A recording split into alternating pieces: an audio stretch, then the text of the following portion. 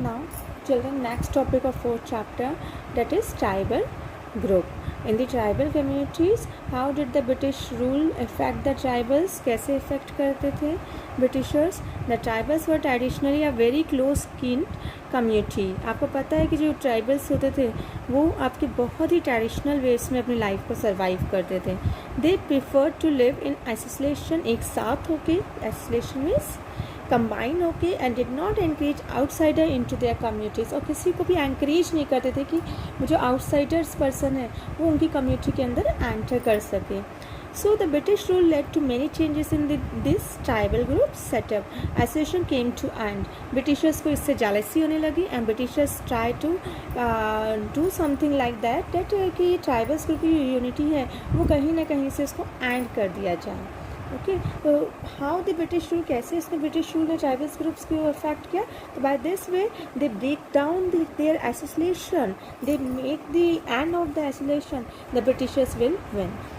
Nextly tribal deposed of their land. इसके साथ ही साथ इसके कंबाइन में ब्रिटिशर्स क्या करते थे? The company took over large tract of lands cultivated by the tribals. That East India company has taken the many parts of the tribals groups lands.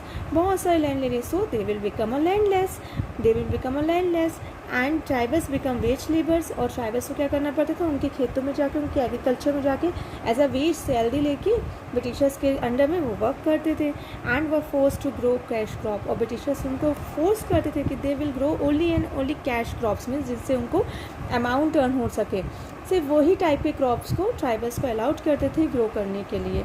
This was already we have read in the previous chapter, है ना. The tribals were very paid low wages. उनको बहुत कम wages दी जाती थी, बहुत कम amount उनको wages मिलती थी.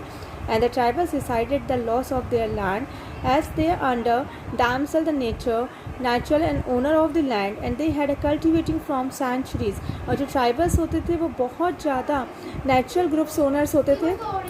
So they are the Britishers pay very low wages to the tribals groups.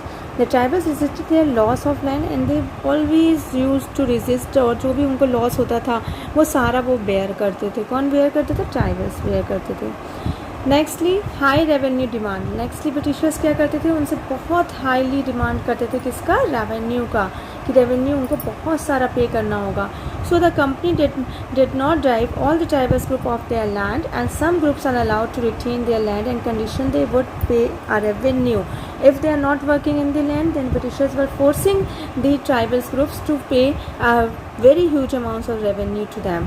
So however the revenue was fixed was very high. जैसे आपने लगान पिक्चर में देखा ना, रेवेन्यू का जो अमाउंट होता था वो बहुत हाई उनको डिसाइड करते थे. This matter of collection are also strict. और बहुत ज़्यादा स्ट्रिक्ट था कि अगर वो पेमेंट नहीं कर पाते थे वेजेस का या रेवेन्यू पे नहीं कर पाते थे तो उनसे वो क्या कर लेते थे? ट्राइबल्स ग्रुप से वो अपनी पूरी की पूरी प्रॉपर्टी वो वापस ले लेते थे. ओके, उनकी पूरी प्रॉपर्टी में हैंड ओवर कर लेते थे. That landless tribals were pushed into the force labour. उसके बाद जब उनके पास लैंड नहीं बचता था तो उनको क्या किया जाता था? As a force labour they are working there. Settled agriculture.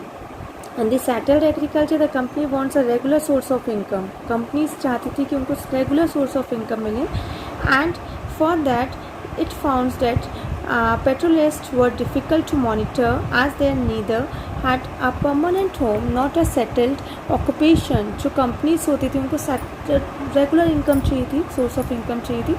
So for that purpose, companies want a regular income.